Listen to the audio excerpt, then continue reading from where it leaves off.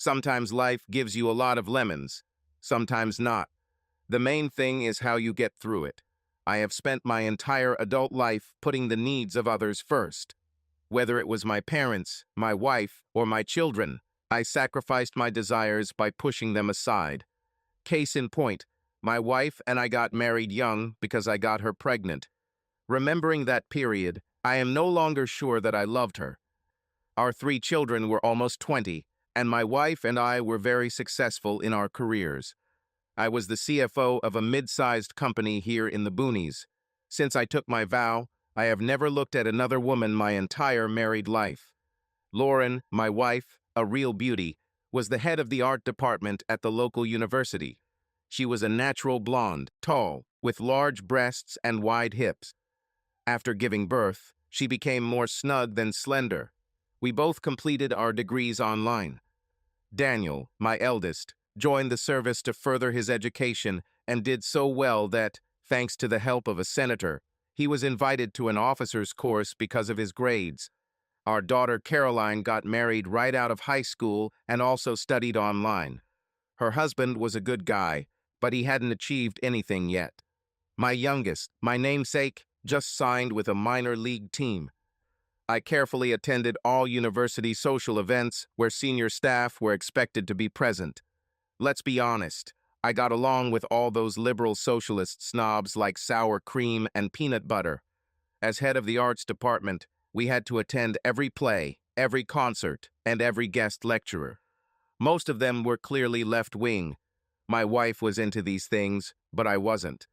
As a result, politics were not discussed in our home. Every spring break, my wife and 4 of her co-workers went on a mini vacation. This year was their 10th trip. Each year, they chose a new location for the cultural experience. This was supposed to be a time to expand their understanding of the basics of humanity. This year, it was Jamaica. Over the years, when someone then left, new people joined, but the group always remained dense, 5 women. This year, they were scheduled to fly from Cape to St. Louis and then to their destination.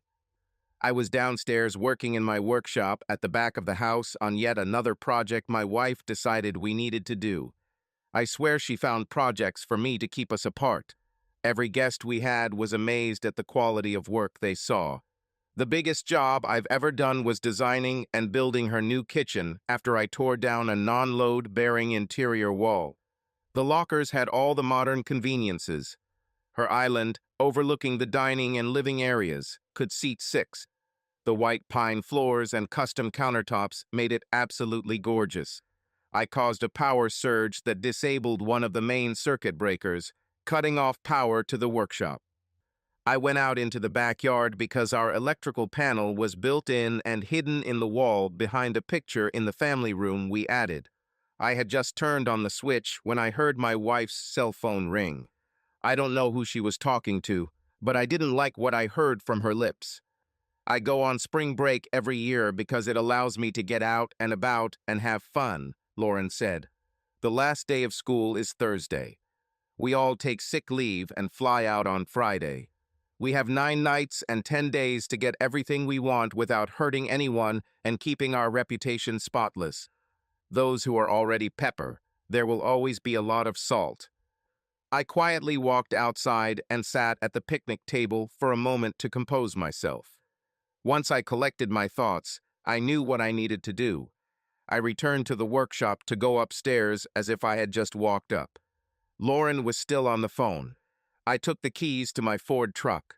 After shouting that I was going to the store, I walked outside and headed to my favorite local hardware store. On the way, I called one of the husbands of the ladies who were planning to go to tell him what I had heard. He also had suspicions. He said he would call the others and arrange a meeting for beer. In the Sitithe Building Materials store had a new name and a new owner. The family sold it to the group, but retained the old residents. I was looking for Dennis Pott, a lifelong friend whose father had bought land all over the county for as little as possible at tax sales. I needed a plot of land, anywhere, as cheaply as possible, preferably with a barn. He was in touch. I was lucky enough to have a 25-acre property near Knob Noster in Johnson County, Missouri. It was only about 300 miles from here, near Kansas. Dennis made multiple attempts to sell it without success. He came out for a break so we could chat. I'm glad we did it. I got the whole package for much less than the cost of a city lot here. It was next to a state park, full of trees and a small military base nearby. We agreed to meet at the notary's on Monday after work to complete the deal. I think he was just glad to get rid of it. That same night, I created a new corporation online. Her shares will be entirely owned by my 401k. Everything I invest will be a loan to shareholders. Whatever I bring out will come from there. If I sell the company, taxes will not be due until my retirement. Every couple of years, I went hunting for fun. No one in the family ate the game, so if I killed something, I would give it to the butcher, keep a few steaks for myself, and donate the rest to the food bank. Going into work on Monday made sure I could take the month off for a hunting trip. At least that's what my family thought. That was all I could talk about. It drove my family crazy. Nobody liked it, especially my wife. I'll have to miss 2 of her special events. I thought to myself that at least her special friends wouldn't laugh at me behind my back. When I get back, her bachelorette party will only be 2 weeks away. The week before I left, my youngest son Dean was getting in the car to go to spring practice with the team. I went out to his car and gave him the envelope. He looked at me as he took it. "This is a reserve fund for emergencies," he said, ally. "We both know you'll have to find a part-time job to make ends meet. Use it wisely." He looked into the envelope. "Dad, this is too much. Look at it this way. If you become very successful, you can pay me back," I replied. "Just be true to yourself and follow your dreams." He looked at the envelope. "Okay, Dad." I was up early Saturday morning to look at my new property before my wife woke up. I used accrued sick days instead of vacation pay. The journey took 5 to 6 hours. I contacted a local logging company and they met with me to evaluate the site. They needed to see it to decide if they wanted the trees. It took us a couple of hours to walk around the site. The ground was almost flat. A pleasant stream flowed through it. The pines were mature and tall. They offered me a good price, took all but 20 feet of the property line, and agreed to clean up after themselves if I shared the costs with them. The barn was built on a concrete slab and had running water. He had good bones. They started work 2 weeks later, first in the barn area. They said they would have to widen the access road and upgrade it before they could start. We agreed to share these costs and pay when the work is completely completed. I spent the weekend camping while waiting for the county office to open on Monday morning. I received written permission to live in my 40-foot travel trailer while I transformed the barn into my new home. I bought a new mobile phone and activated it using my new address. Everything I have done since meeting Dennisport has been done through an online limited company I created. I spent the rest of the time tearing apart the insides of the barn, removed old hay bales, stalls, and any trash that could be burned. The small second floor at the back of the barn, the attic, was still intact but needed sanding down. The roof needed re-roofing, but otherwise everything was in good condition. All that was needed was painting. When I get back, I can use my leaf blower to clear away dust, cobwebs, and dead bugs. About usually, when I went on such trips, sometimes I returned home earlier if I managed to get the required amount of games. But this time it wasn't my year, I didn't bring anything. I spent 2 weeks working to get started while keeping myself in good physical shape. When I returned, my wife seemed surprised at how good I looked. I returned to work to notify them of my departure. It was time to do something different in life. The day before my wife left on her trip, I finished her latest project. It just needed painting. I noticed that the things she was packing weren't what a wife or mother would normally wear on vacation. I accompanied her when she went on a little vacation with 5 girlfriends, like all the other husbands. We then went to the Golden Corral for breakfast. The next morning, all the ladies' phones were switched off. No one took their laptops with them as work was the last thing on their minds. I handed over the money I agreed to. They will cover my share in the execution of our plans. Over the next 9 days, their Facebook pages will be filled with vivid memories of the trip. The person we hired said they were easy to hack. For those sexual encounters that were recorded, there will be a link to watch the full video. Click here. The video will be stored in the cloud. They will all return to an altered reality. It was expensive, but damn, it was worth it. I returned home to prepare my trailer and make sure it was ready to go. I started packing my tools and equipment as compactly as possible, trying to save space. We had a surprise end-of-day event on Friday night to wish me luck in whatever I was going to do. Earlier this week, I took out half of our total cash assets in the form of a bank draft. I received my final salary, including paid vacation and sick leave. My retirement funds were transferred to a new 401k that I set up. From day one, I always bought us bonds through payroll, cashed them in without my wife knowing, and invested the funds through my financial planner. He agreed to sell my shares and transfer the net amount directly to Taos Bank near Knob. All funds were deposited into a corporate account for which I had already received a credit and bank card. Now there were about $600,000 in this account. Everything I deposited into the corporate account was recorded as an interest-free loan. Once the divorce is finalized, I will split everything. Now everything I did was aimed at protecting myself from losing all my property in the event of a divorce. On Saturday morning, I sent an email to my kids from a new email address since I had closed all the previous ones. It said, "Dear children," that's what your mother explained to someone she was trying to get to go with her on spring break. I go on spring break every year because it allows me to run wild and have fun. The last day of school is Thursday. We all take sick leave and fly out on Friday. We have 9 nights and 10 days to get everything we want, without harming anyone and keeping our reputation impeccable. Those who already have pepper will always find plenty of salt. My cell phone is disconnected. I quit my job and took half of our funds. Look at your mom's Facebook page if you need further explanation. You can contact me through this new email address if I turn on my laptop. Tell her that she can contact William Connors, my lawyer, to discuss the terms of the divorce. Let her know that now she can have all the pepper she wants. Now she can live her liberal life to the fullest and spread her legs for anyone. P.S. Someone needs to meet your mom at the airport on 3 Sundays.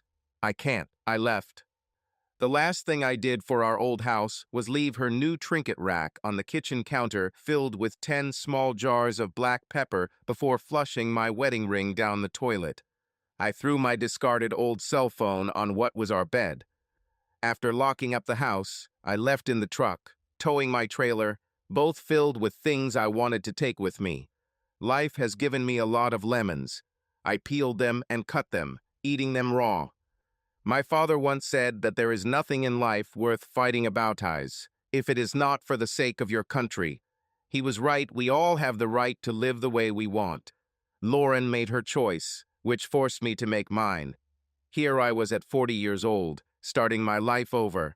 Dennis Pott, a true friend, gave me a good start. Driving through a small town near my new home, I noticed that the only convenience store and gas station were for sale. I decided to look into this. When I stopped by, I bought a cold soda and a bag of beef jerky. It was in need of modernization as it gave the impression of being a family-type store. The woman who worked at the store and I struck up a conversation. It was her parents' store and they wanted to retire. All my life I've made money by appraising people. I asked her why she didn't buy it. She replied that then the operation would have frozen as it is. She wouldn't have the funds to expand for at least 5 years. This would provide a good income even after paying all the staff, but not enough profit for the bank to consider giving her a loan for expansion and modernization. I held out my hand to her. I'm Dean Kebel. I just bought 25 acres here recently. The logging company should be there right now. I'm Jeannie Sexton. So you're the city guy who bought the old brown place, she said. My parents are your neighbors. What are your plans for the place? I'm going to turn the barn into my new home. I explained. Hopefully, the electric line is already installed so I can start on Monday when the first shipment of lumber arrives. There's already plumbing. Not sure if I'll use the local sewer or install a septic tank. The local sewer system is better. There were problems here in the winter, Jeannie said. Thanks for the advice, I replied. Do you know anyone in the area who would be willing to work for cash for a few months? My best friend recently lost his job. He's a little lost and without any specific skills, but would be happy to learn. Why? Asked Jeannie. I really need help building a house, I said, writing down my number. Do me a favor and write a plan for what you would do if you had the funds for this place. Get cost estimates. Show me a 2-year cash flow forecast based on how you think it will affect sales, I said.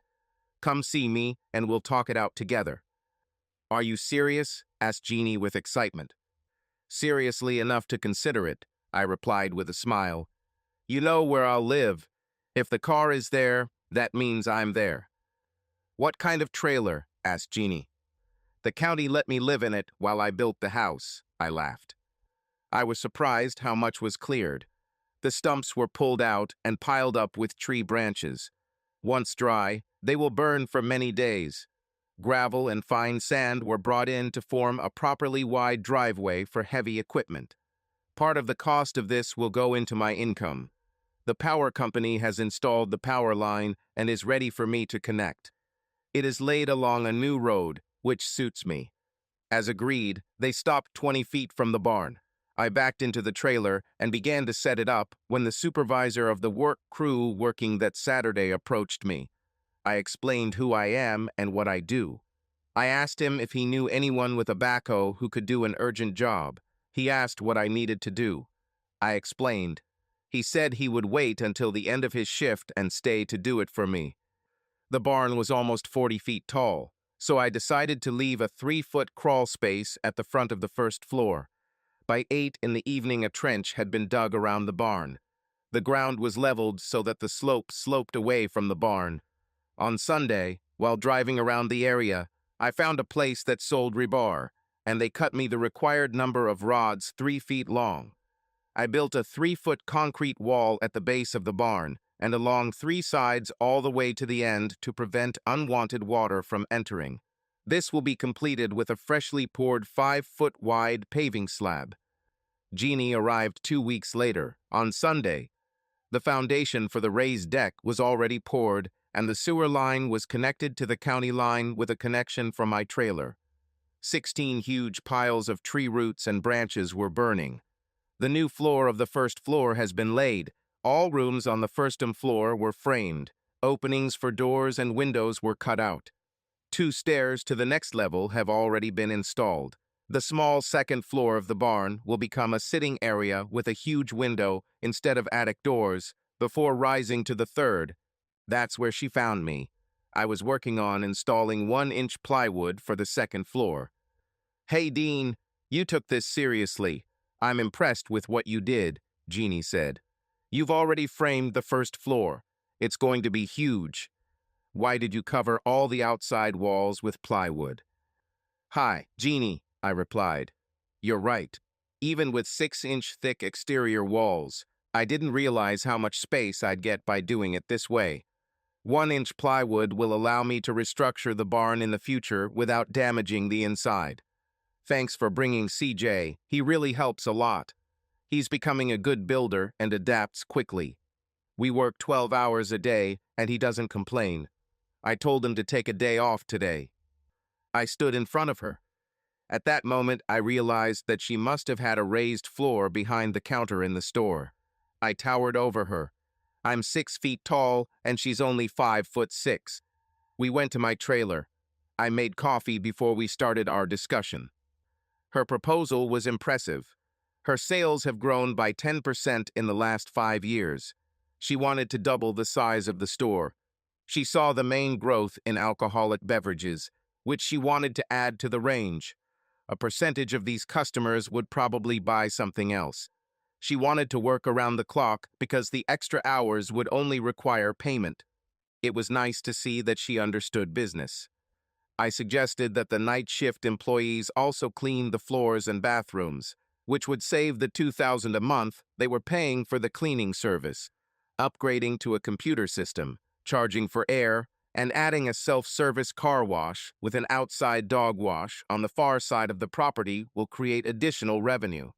She could make accounting entries slowly using a commercial system, thereby reducing her accountant's bills to a one-time payment at the end of the year. Oh yeah.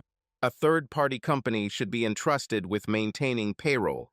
With the price of gasoline increasing by 1 cent per gallon, that alone could generate enough money to cover the mortgage.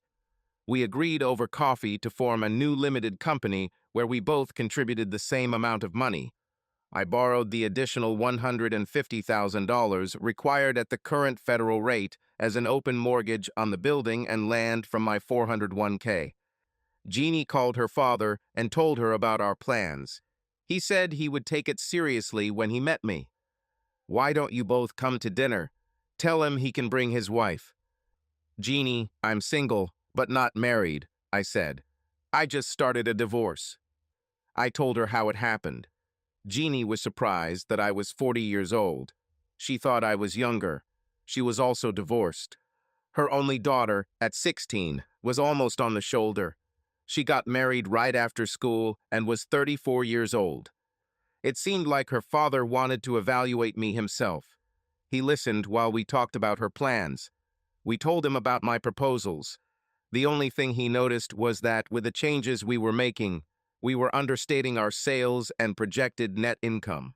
He agreed to remove the advertisement for sale. Since I was selling it to my daughter, there won't be any trouble. He lowered the price to reflect the savings on commissions. Jeannie was delighted. I honestly told her mother that the food she prepared was the best I had eaten in the last 3 weeks.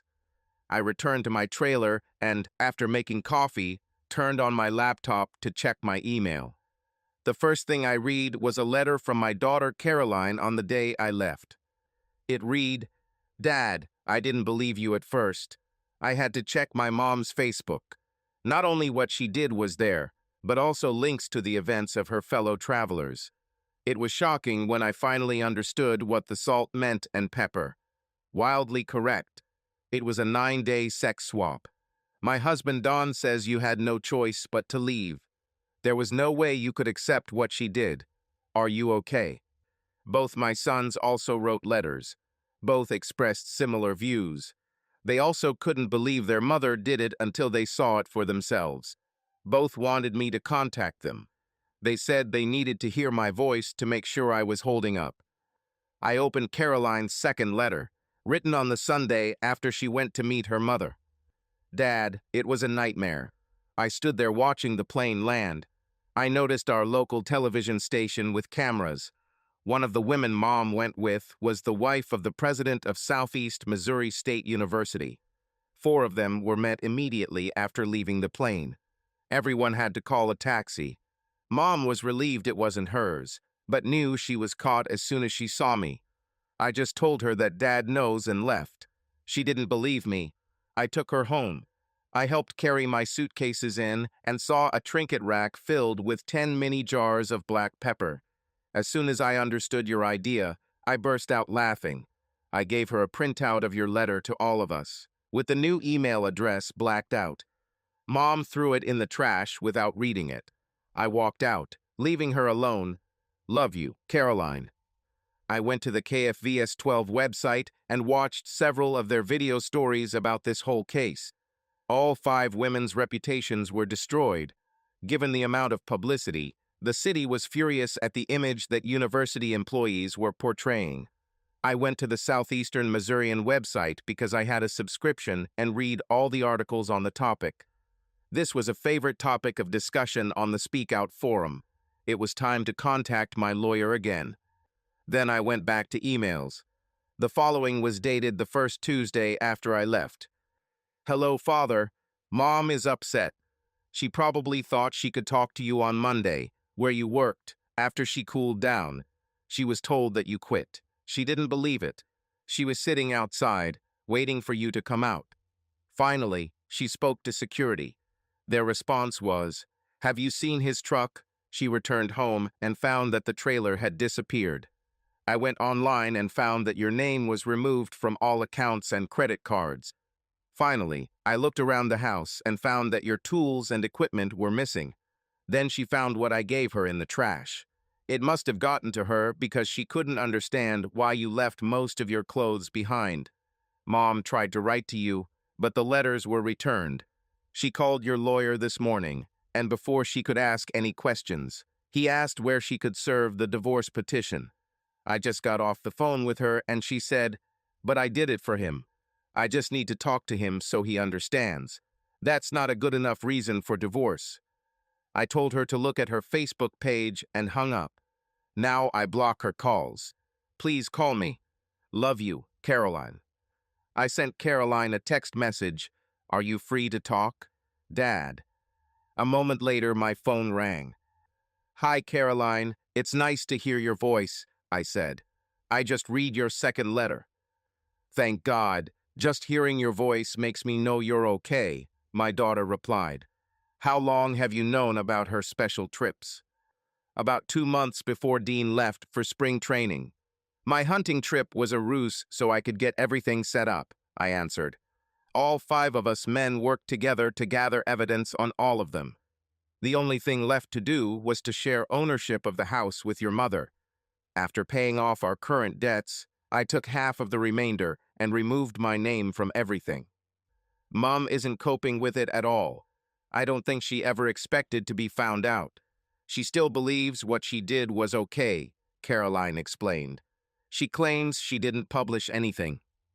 That's how liberal-minded people think, I replied. They are not responsible for their behavior.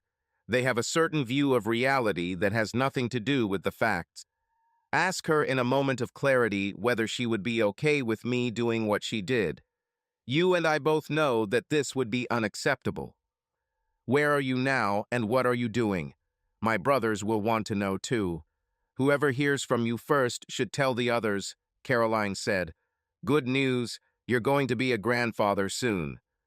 Congratulations. How did Don react? I asked. After he got over his excitement, he got serious about it. He signed up for an online accounting certificate course. He's working hard on his courses now, Caroline said. He's always enjoyed it, but he's been putting it off. We're lucky that I'm finishing mine in June. I'm hoping to find a new job with a higher salary to help pay off my student loans. Just FYI, I'm building my new home and in the process of buying a business. Other than that, I'm still on staff. Won't say anything more until the divorce is finalized. Love you, and send my love to Dawn and your brothers, I said before saying goodbye. I left a message on William Connor's answering machine asking him to call me back. Everything went as I expected. Lauren fought the divorce, arguing that no harm was actually done because it was just sex. I had to ask myself why I even married her. William said she couldn't stop him.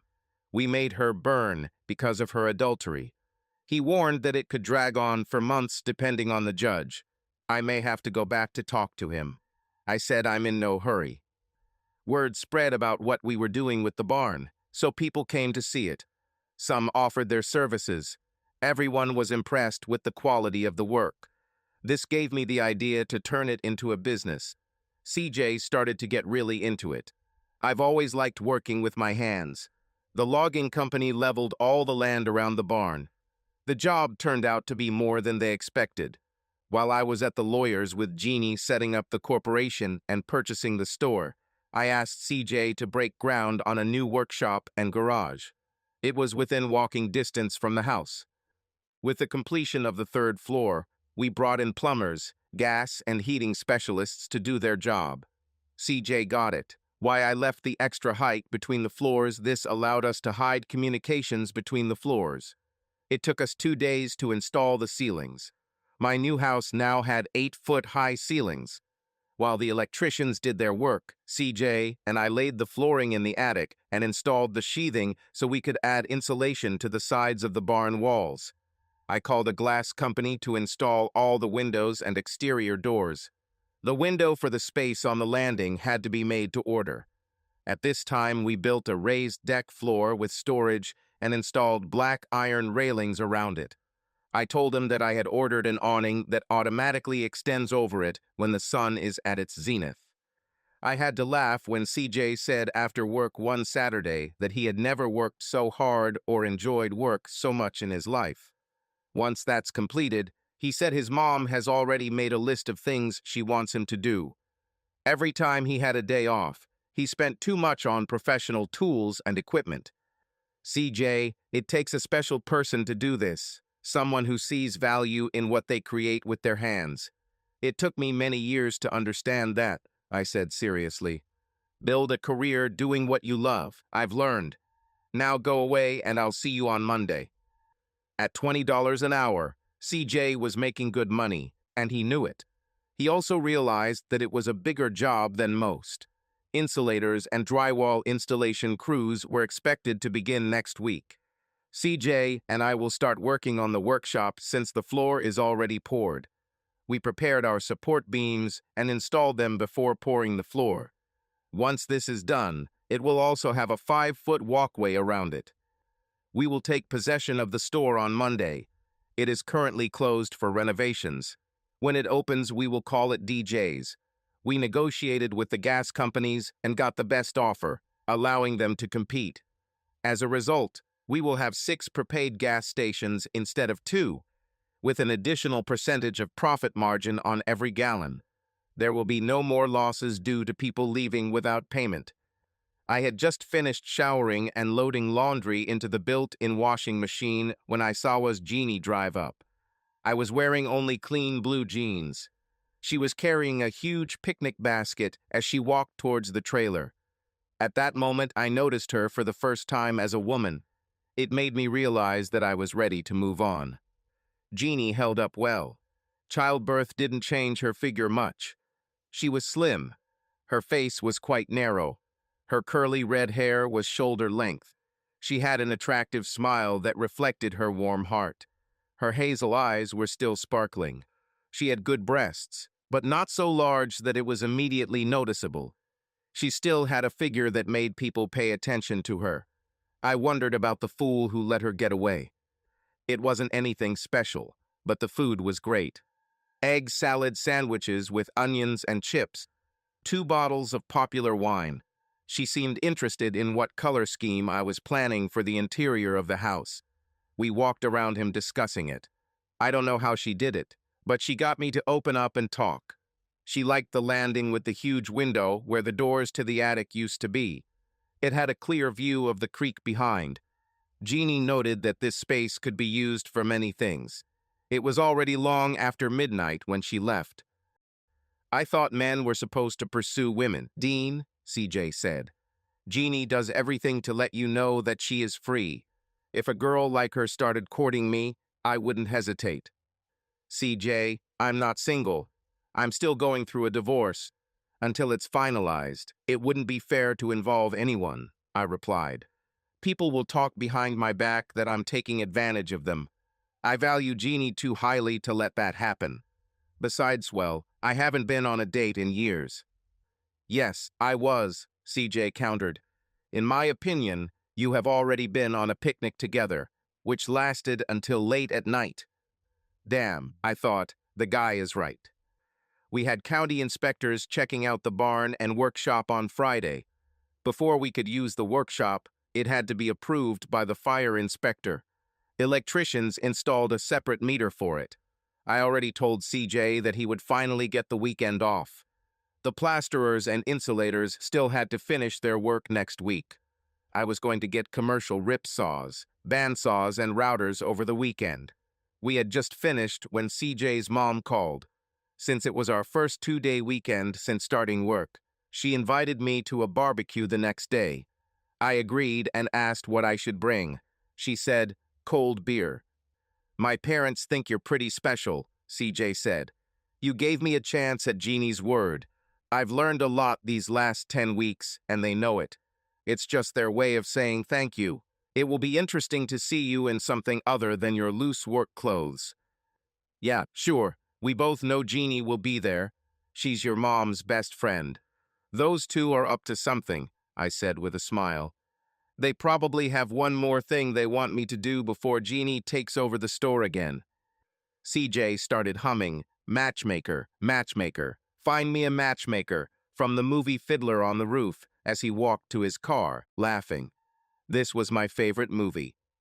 After I put a few things away, I went into the bedroom to watch the only channel I had. I don't remember what happened there. I immediately fell asleep. On Saturday morning, I drove to the nearest town and had breakfast at a restaurant before getting my hair cut. I had my beard and mustache done professionally. She sold me a haircut kit to help me maintain this condition. I liked this new look. I went to Macy's and bought a couple of outfits: pants and shirts for going out and a pair of casual elastic shoes. It's good that I tried on the pants. I had to go 4 sizes smaller. I looked at myself in the mirror fitting room.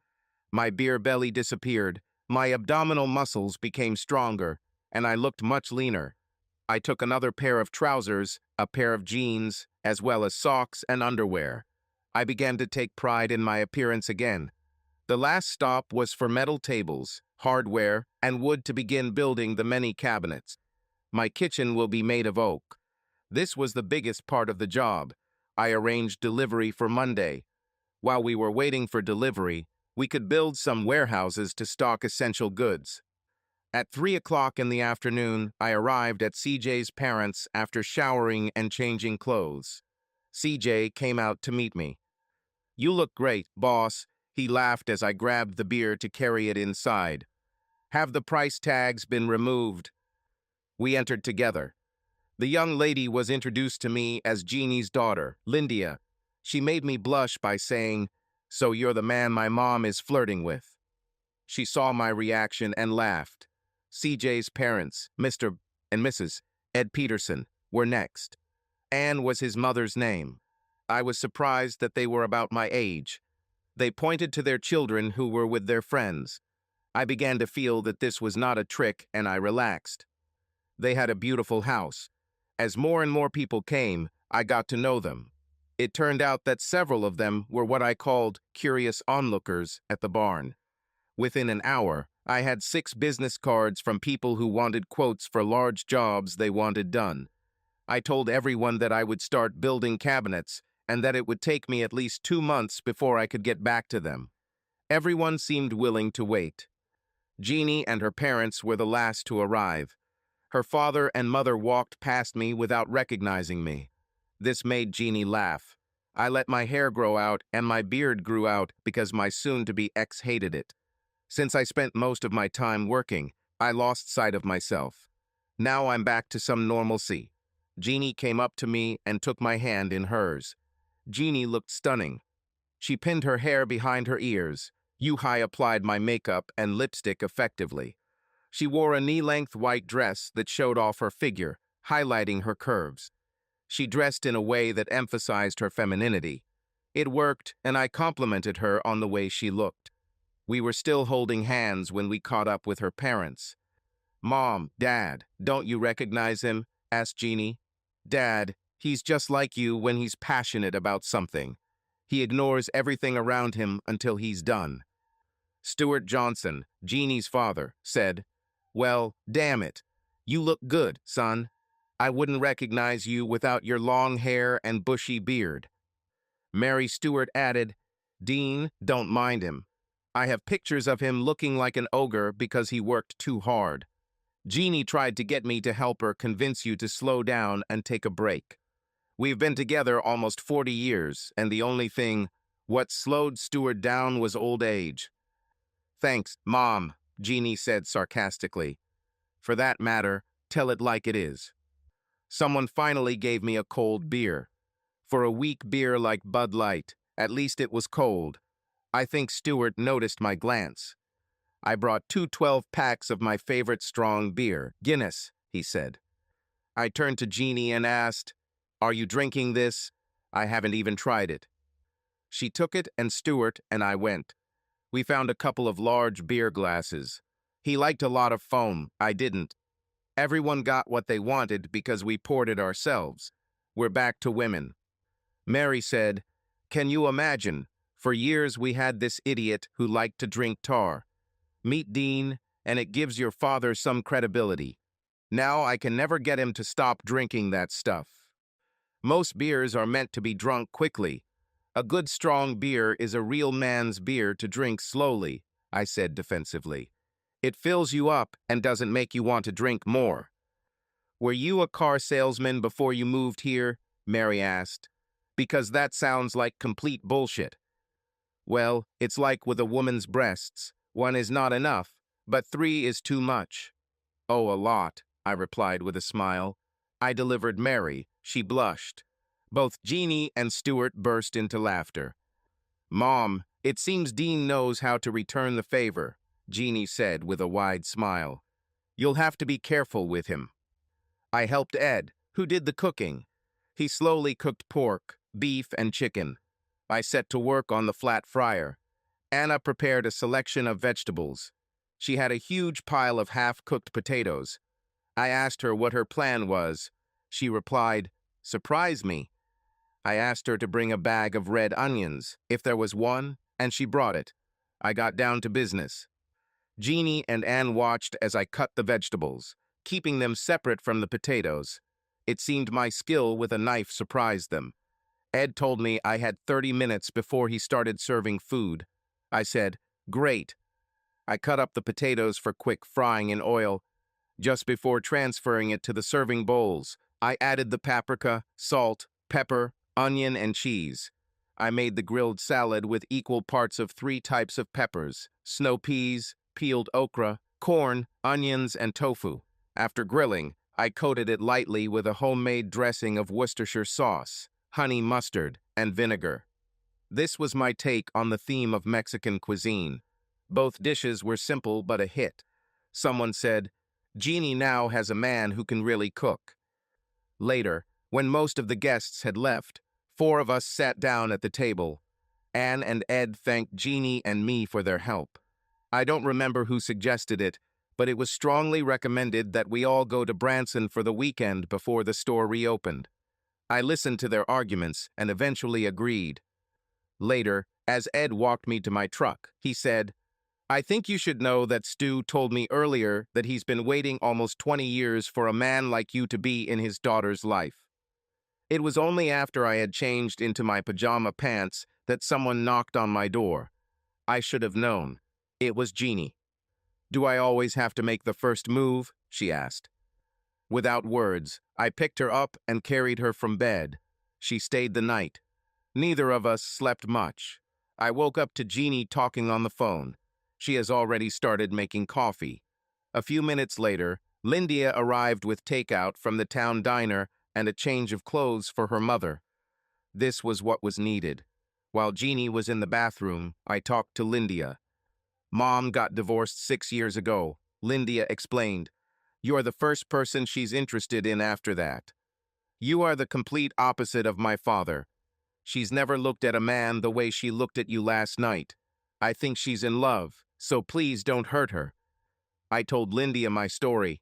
When Jeannie came out of the shower, I showed her the pictures of my children that were stored on my laptop. Of course, Jeannie wanted to see them too. My mobile phone rang. I noticed it was Caroline, so I answered and put it on speaker. "Hi, Dad," my daughter said. "I just thought you should catch up on the latest news. Mom is no longer fighting the divorce, so it is approved. All that remains is to confirm the decision on the house." "What made her change her mind?" I asked seriously. "Looks like 5 ladies picked up an unexpected gift from one guy during their trip. Somehow it became public domain. It made her realize that she could never get you back. Seeing the reaction and ridicule, she saw for the first time what she had done. Now she's even ashamed. The university is trying to force her to resign. They won't succeed, but they will do everything they can to make her leave." "How does she cope with emotions?" I asked, now that she had to see her behavior from the other side. "Dad, she's a complete nervous wreck. I'm still so angry about what she did that I don't even care. Everything our mother taught us was thrown away by her behavior," my daughter explained. "She got the house appraised and agreed to buy your share. You just need to sign the paperwork with a lawyer and receive a check. You can stay here overnight when you arrive. I'll have to look at my schedule to see when I can come, I replied. Maybe it will be best if I stay in a hotel because I won't be coming alone. I looked at Jeannie and Lindia, their eyes sparkling with bright smiles. Dad, you met someone, that's great, Caroline said with delight. What is her name and what is she like? My name is Jeannie. I have a 16-year-old daughter named India. Ask whatever you want. I walked over and poured myself more coffee, allowing Jeannie and Caroline to chat. Relationships cannot be forced to develop. They must be allowed to develop on their own whenever possible. Lindia came up to me and hugged me tightly. Jay and I have been friends since childhood, said Lindia. From him I learned what kind of person you are. He said that you always think things through before you say or do something. Grandma says you look a lot like my grandfather. If you decide that this relationship is serious, I will support you to the end. I smiled and hugged her back. Jeannie and Caroline were still in contact. From the sounds of the conversation, they were on the road to friendship. So I took Lindia on a tour of the house. During it, she told me that she was interested in interior design. I challenged her. I had graphical representations of the areas of each room and their basic shapes on my laptop. For each of the 3 levels and the huge landing between the 2nd and 3rd floors, I'd love to see what she could do. Her eyes lit up. Why? She asked. Every home is better when it has a woman's touch, I answered. The cabinets in the kitchen and bathroom will be made of oak. I'm going to hang pink and red-stained glass lamps over the kitchen island. Remember that countertops and tiles should complement the overall look of the rooms. Good speech, Lindia replied. That's because I know what my mother likes. I didn't say a word, although it was tempting. When we returned, Caroline and Jeannie were still talking. Lindia just expressed her hopes. Jeannie and Lindia decided that I needed to see a little of what the area had to offer, so we headed out to enjoy the day before it got too hot to suffocate. Jeannie sat next to me in the truck. Whenever Lindia had the opportunity, she would introduce me as her mother's boyfriend, taking full advantage of it. Lindia controlled the music, and she chose New Country, which I noted was like old rock and roll, but with jazz elements. The 3 of us got into a lively discussion about singers and bands from different times. One day, Jeannie's parents found out about this and told her that we were all invited to Sunday dinner. I wasn't ready for family dinners, so I suggested they join us and we'd go out to a restaurant. My account. We met them at a place they liked. It was nice to see that Stu, like me, was a meat and potatoes person. We both ordered steaks and mashed potatoes with brown gravy. He had green beans, I had lima beans. Of course, we both ordered our stouts. Mary and Lindia ordered the patty and fries, while Jeannie chose fried chicken, salad, and applesauce. Both ladies ordered a glass of wine. During lunch, Lindia mentioned a challenge I'd given, so Stu and I mostly listened to the ladies give their opinions. When I returned to the trailer the next morning, still in what he called my dressy clothes, I told him to get the coffee ready while I changed. CJ, we have 6 customers in line waiting for our offers as soon as we finish, I said. If we go for it, it means regular tax deductions, health insurance, and all that. Are you interested or not? To be competitive, we don't get overtime. If we mess up, it comes out of our pocket. I estimate the labor costs to pay you $20 an hour. Dean, my mother asked me the same thing. I told her if you're going to do this, I'm with you, he said, because he pays me a good salary and teaches me a trade. I know there will always be downturns when you're self-employed. When we have work, we will work 6 days a week maximum. I don't think I'll ever want to work 7 days a week again after this, I said. Besides, I don't think Jeannie will let me. CJ broke out into a smile. Lindia texted me yesterday morning. He opened the text on his phone and handed it to me. It said, "Finally, what I dreamed of happened. Mom and Dean spent the night together." I laughed. At lunchtime, Jeannie brought us lunch. CJ and I were spoiled. She spent the afternoon helping us. first unpacking the equipment, then putting away the packaging while we set up the metal tables and got ready to go. With her help, by 6 in the evening, we had completed preparations for the launch in the morning. Before closing for the night, I did one more thing. Using my laptop with a new printer, I printed out the dimensions, positions, and layouts for a complete kitchen. I pinned the 3D image to a bulletin board in a small office. Jeannie's eyes lit up as I explained to her the design of the pots and pans drawers, a bookcase-style food rack that could be rotated at the touch of a button for access from two sides. On one side, there would be a broom closet with hooks on top where we could hang our coats, a narrow, tall cabinet for baking sheets, cutting boards, and metal grids, a spice cabinet with a recessed door that allowed the most used spices to be kept in plain sight while the rest were hidden behind it.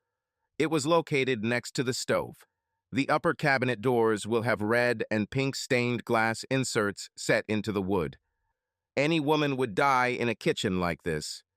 "Are you sure you can build it as good as it looks?" asked Jeannie. "My ex now has a kitchen about half the size in our old house done in this style. This will be the first one I make with stained glass. Craftsmen are making 2 pendant lamps in the same style that will hang above the island.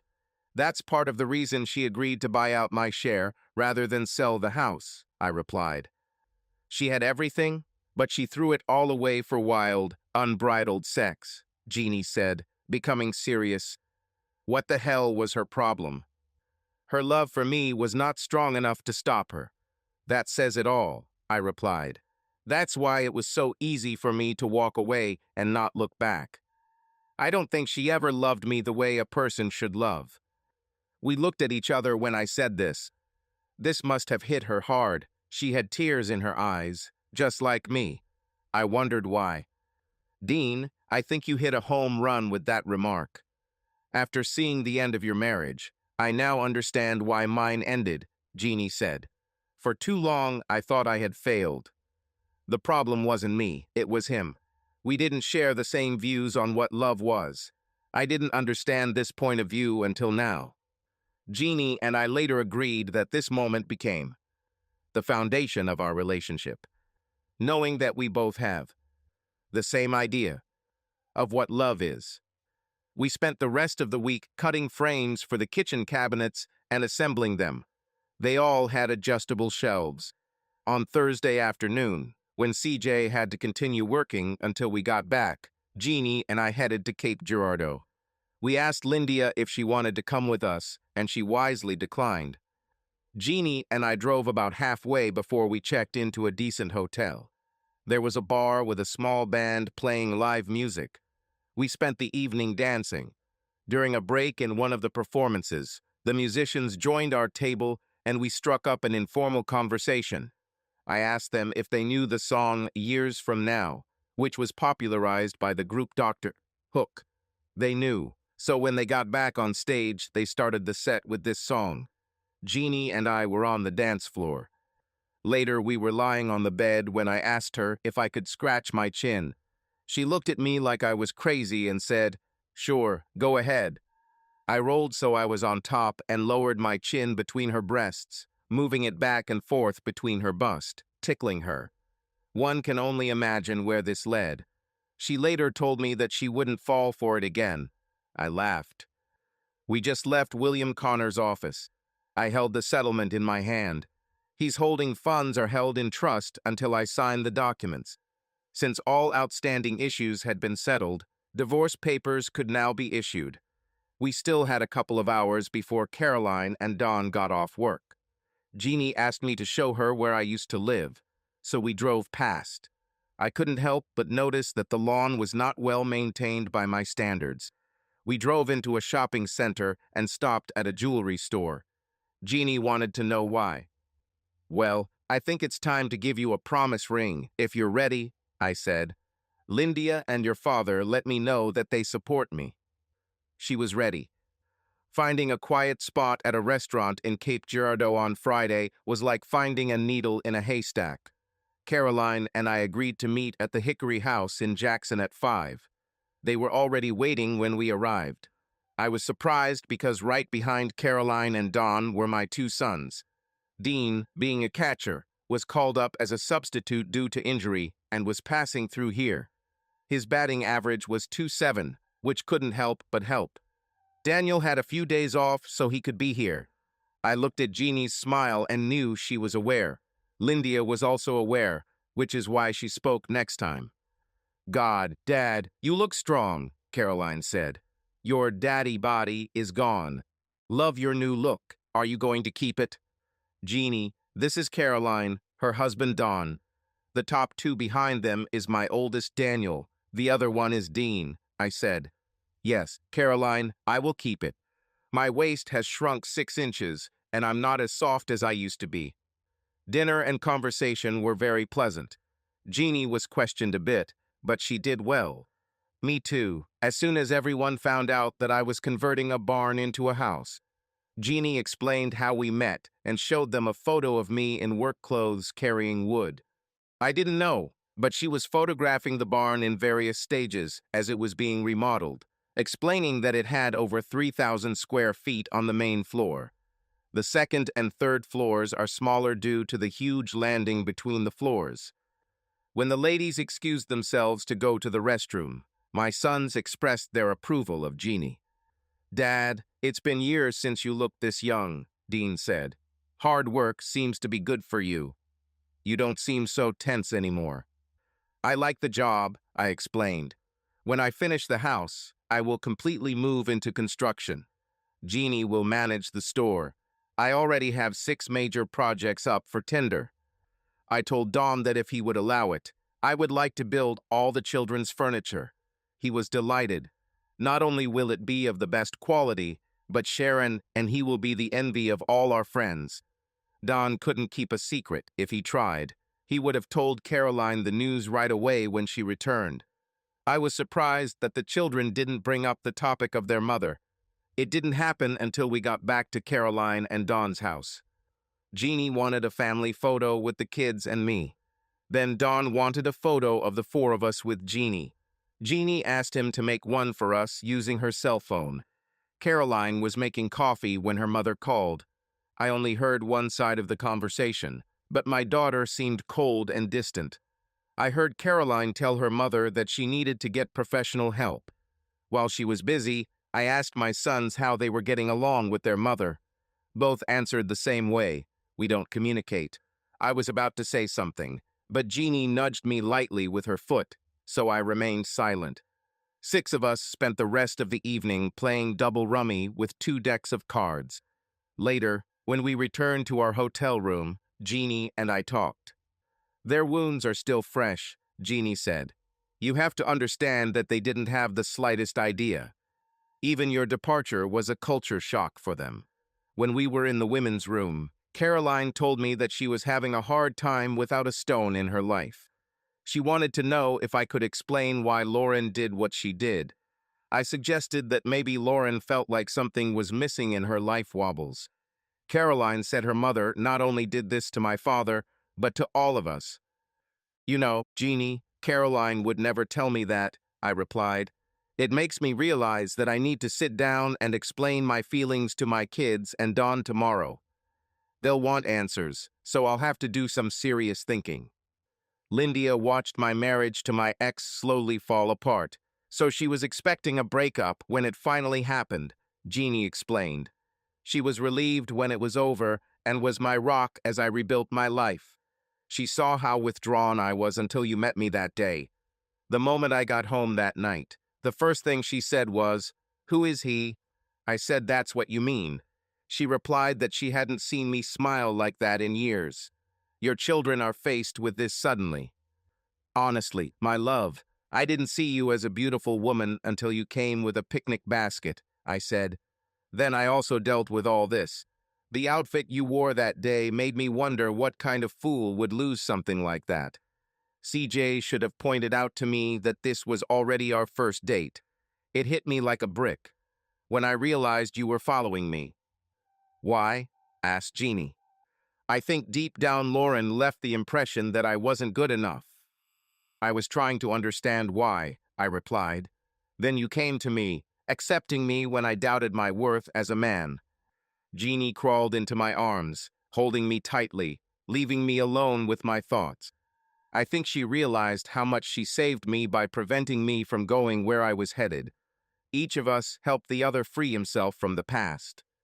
This was bound to happen sooner or later. It happened completely unexpectedly. Jeannie and I met Lauren. We slept in a little longer on a lazy Saturday morning, so we decided to go to Golden Corral for brunch. Lauren walked past me as I picked out my first plate of food. She was here with one of the ladies from the university that I had never met before. Fucked. I smiled because it was obvious that she didn't recognize me. I was wearing off-brand jeans from Walmart, a fitted t-shirt I bought online layered over a long-sleeve denim button-down shirt, and cowboy boots. With my new hairstyle, full beard, and weight loss, I was not the same person I once was. Jeannie, who was of North African European descent, had a darker natural skin color and dressed accordingly. I often heard her say that she was a white pepper. I pointed to my ex Jeannie to prepare her in case something happened. Jeannie cleverly noted that Lauren's face and body expressed the stress she was under and said she was on the verge of a breakdown. Since I met Jeannie, she has introduced me to the cuisine of her culture. As a result, I gradually reduced my intake of starches, fats, and salt, expanding my taste preferences. Jeannie was more like her mother, as her father was a true Southerner. I had yet to find out how they met. "Dean, I can't believe it's you," Dennis Port said, pulling out a chair and sitting down across from us. "You look like you did when you were young." I laughed. "Dennis, I want you to meet Jeannie." "Jeannie, I've known Dennis since he was a kid. We went to school together." Dennis and Jeannie quickly hit it off, and soon he was telling her about our childhood antics. He could always put a funny spin on events and soon made her laugh. Jeannie noticed Lauren looking at us with a surprised look on her face. I told Dennis what I was doing with the old place. Jeannie showed him the photos on her phone. This led to the story of how we dismantled his father's barn to build our fort, while his father was away on one of his trips. My father let his father spank me for this. Finally, my ex found the courage to come to our table. "Dean, is that really you?" Lauren asked. "I thought you left town." "I left," I replied.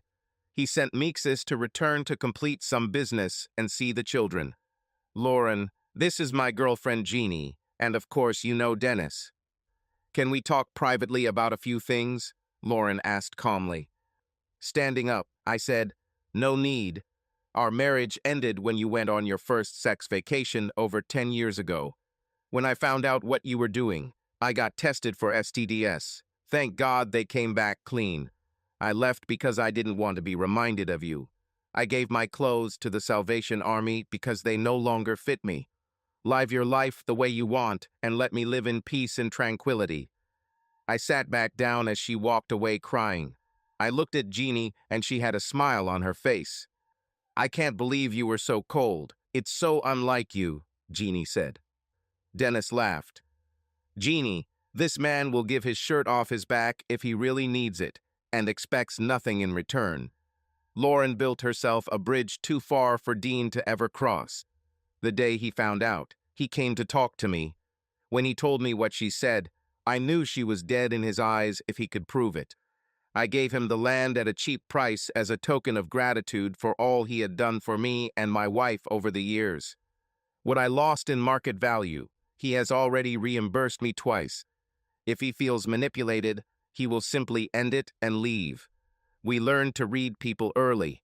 We may get burned once, but they will never do it to us again. If she wanted that lifestyle, Lauren could honestly have it.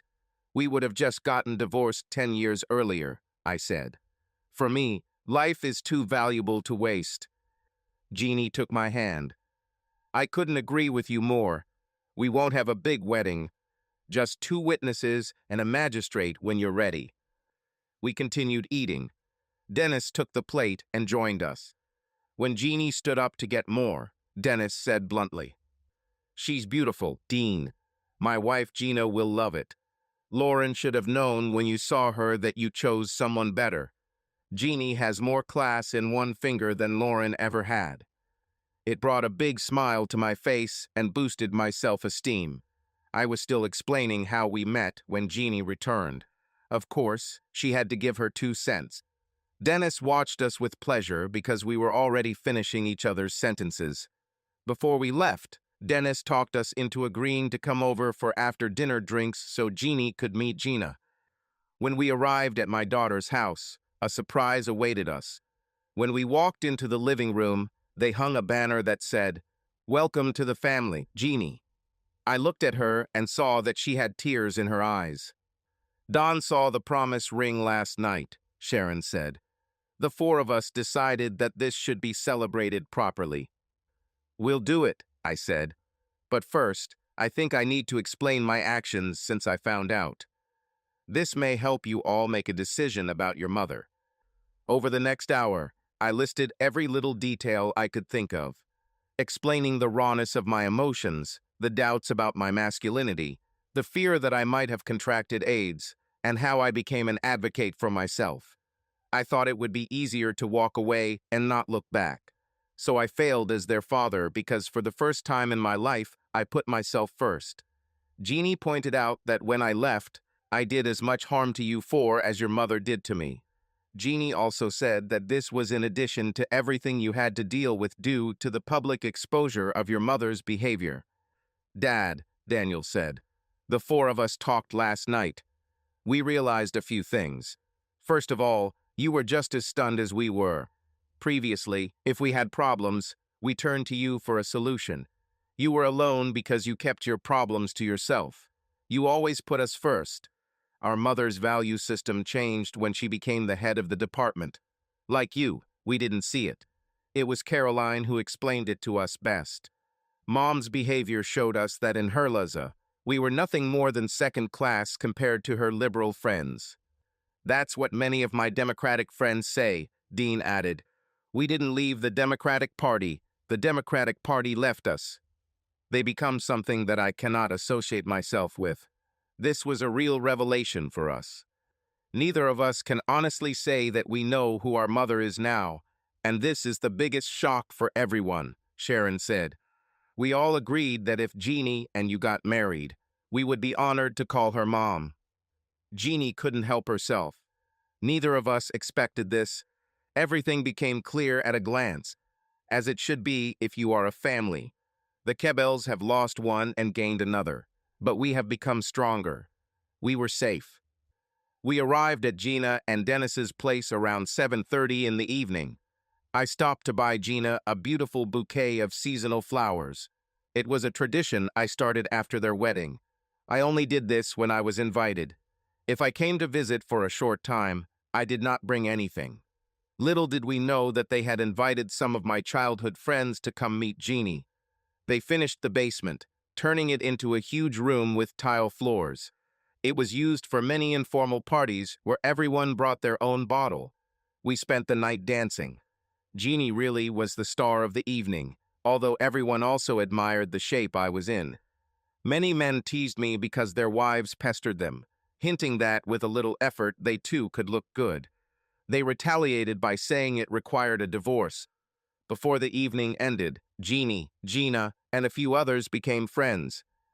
We met the kids for breakfast on Sunday morning before leaving. Everyone made us promise that they would be one of the first to see the barn when it was finished. I took the long way to Interstate 55. "Surprisingly, it's been a busy few days," Jeannie began. "I never thought it would end the way it did. The photos we took with the kids were wonderful. Lindia will want a detailed report when we get back. I was hoping to find acceptance, but I feel a little overwhelmed by their openness and trust. My children have not lost trust in me, even after everything that happened," I answered. Their vision of our attitude made it easier to accept them. But their actions amazed me. They gave me insight into what happened between their mother and me. They allowed me to see aspects that I had not seen before. "You did what was needed at the time. Dean, the wisest thing you did was not spoken, but was heard by everyone," Jeannie said. To them, the fact that you didn't humiliate their mother, even after everything she did to the family, Showed a lot about your honesty. I turned and looked at her with a loving smile as she moved closer and rested her head on my shoulder. You surprised me, Dean, Jeannie continued. Every day I spend with you, I find new reasons to love you more. We were still an hour from home when Jeannie's phone rang. This woke her up. Lindia called first, then her mother. It was clear that whether we were tired or not, Sunday dinner was scheduled for 6, and we were both expected. We arrived at Jeannie's parents' house 15 minutes before 6 to find cars parked everywhere. Mary and Stu called the whole family home. I learned that Jeannie has 5 siblings, 2 brothers and 3 sisters. I only had 1 sister. Those who were able came. Lindia was the first to notice her mother's new promise ring. As soon as she found an opportunity, she pulled me aside. I was standing with Stu, enjoying a cold, dark stout, when she took my hand and led me aside. I saw the ring, Dean. I just want you to know that it's not Dean anymore. It's Dad, Lindia said quietly. When you and your mother get married, I hope that you will find a way so that I can take your last name. I seemed to react emotionally because she immediately hugged me tightly. As soon as she left, I got a question from Stu about what it was. I responded that it was a moment of connection, nothing more and nothing less. Then Lindy shouted for everyone to be quiet because she had an important message. You all met Dean, my mom's boyfriend, Lindia began. But what you don't know is that Mom received a promise ring this weekend. From this day on, he is my dad, understand? Who and what are you? Stu laughed with joy. It's more than you think. Lindia did not acknowledge her father as a father for many years. Everyone in the family knew it. I looked for Jeannie and saw her standing with her mother, both crying. I asked, Stu, what am I missing? I asked. He replied, I'll tell you about it in private later. Jeannie went home with Lindia. I returned to my mobile home. I was impressed. CJ did a great job. The entire structure of the kitchen cabinets was ready. Each element is assembled and ready for final finishing. Even an island was built. The pre-cut stained glass arrived on Friday. He unpacked everything and repacked it to make sure everything arrived safely. This allowed us to start lining the parts that would be visible with oak veneer and install the oak frame on which the doors would hang. He even drilled holes for small wooden plugs that we will use to reinforce the exterior oak frame during installation. Lindia arrived around 4:30 on Monday afternoon, bringing her laptop. CJ noticed that she was very happy. We both turned off our equipment when she entered the workshop.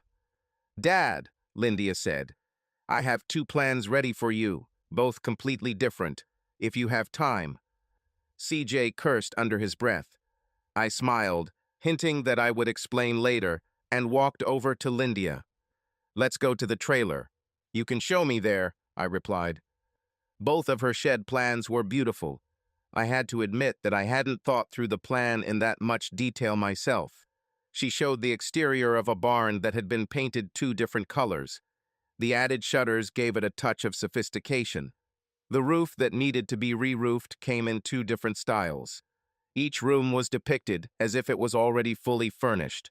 Both Cookie liked the Antas, but I said, if I were selling this place, either option would do, but the house needs 1 room reworked. Which room, Dad, and why? Lindia asked. Master bedroom. My father understood that usually a woman manages the house and children. He believed that the master bedroom should be soft to the touch to create a natural feeling of refuge for it, so it should reflect those elements. Your 2 samples don't do that. For a man, it's just a place to sleep, I explained. Do you want it done this way for my mom? Lindia asked with a smile. Isn't it? You're smart for a teenager, I said, smiling. Remodel the master bedroom, then introduce them to Mom. Get her opinion, but don't tell her that we will choose the option she chooses. As I stood up to go out to the studio, I said, Lindia, make sure the bedroom you choose for yourself reflects what you want. I was back in the shop, explaining to CJ how we would cut, shape, and insert glass into each door on top. when Lindia burst into my arms, sobbing and saying, "I love you, Dad." I just held her until she calmed down. CJ waited until Lindia left. Dean, Lindia has had a hard life. 6 years ago, she found her father beating her mother and found herself between them. She spent more than a week in the hospital. Jeannie had suffered abuse for so long that she believed she deserved it. It was Lindia who forced them to get a divorce, CJ revealed. From the day I met you, she asked me millions of questions about you because she felt like she had to protect her mother again. You never know, she also learned to understand that not all men are like her father. Thanks, CJ, I replied. Several years ago, I had to get my sister out of a similar situation. You answered a lot of questions. Men who abuse do not love. For them, it's all about control and power. I then explained what Lindia and I were doing in the trailer and why. He told me that for a week she had been pestering him almost to death with questions. She told him that she was working on a special project and wanted to make sure she did everything right. I explained to CJ that interior design adds value to a place and is used when planning or designing multifamily buildings. The rest of the week, we worked as hard as we could. The logging company was still cutting and hauling wood. The good news was that wholesale lumber prices had increased in the market. Lindia called me on Thursday to let me know she was done with the design. Now it has been approved by mother and daughter. It was in your email inbox. Jeannie and I didn't see each other much as she was busy ordering equipment and learning a new computer system and accounting program. That night, I organized and paid for all the flooring to be installed starting the following week. I sent a copy of Lindia's video to the painting company I hired. They will start painting the inside of the barn tomorrow. It was easier to seal and paint when the floors weren't finished yet. I added shutters to my to-do list. Once the flooring was installed, painting completed and cabinets installed, the plumbers returned to install toilets, sinks, showers, tubs, and faucets to Lindia's design. It took CJ and I another week to install the interior doors, light fixtures, and ceiling molding. I hired a crew to put on the roof and install the shutters. The logging company took another week to finish. Then the pavers came in to pave the driveway and create a parking space with a turning pad on the side. The grand opening of DJ's store 2 weeks later was a success. Sales during the first 24 hours exceeded all expectations. The contractor's estimated costs were overestimated. Jeannie and I were pleased. Additional assortment and variety increased attendance. Jeannie changed her work hours and started working from 6 in the morning to 2 in the afternoon, Monday through Friday. If sales keep up, Stu was right. We've underestimated our cash flow by about a quarter. We took the weekend to go to Branson.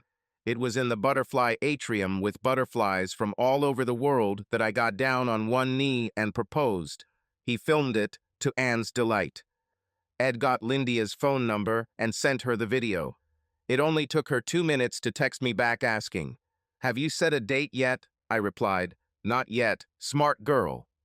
On the Sunday after we got back, we stopped by Jeannie's parents' house to pick them up. We met Lindia at the barn. It was time to show them our new home. Jeannie knew what it would look like, but she didn't know that I let Lindia decide how to furnish it. As the items arrived, CJ and I carried them to the rooms Lindia had chosen. CJ and India called a group of their friends together to set things up. I gave her a budget and emphasized the importance of quality, not a single chipboard. Mary and Stu were delighted with the house. How open and welcoming he was what impressed them the most. Mary couldn't believe that Jeannie would have such a kitchen. It had a view of most of the living room, dining room, and family room. The entire first floor was warm and welcoming. It felt like all the pieces were in place, but it was still easy to access the laundry room, which had a built-in laundry tunnel on each floor where we could dump dirty clothes. You had to go through it to get into the boiler room or go outside. On the other side of the boiler room, there was a semi-toilet. Each bedroom had its own huge bathroom and dressing room with a sitting area. Lindia chose the first one for herself and proudly talked about every detail she chose. but it was the area on the landing that we decided to use as an open library that caught our attention. Both knew that wildlife would be attracted to the meadow we created. This place was ideal for observation. They asked me what I was going to do with the mobile home. I said I'd sell it if I could. When Jeannie saw the master bedroom, she was shocked. Lindia chose well.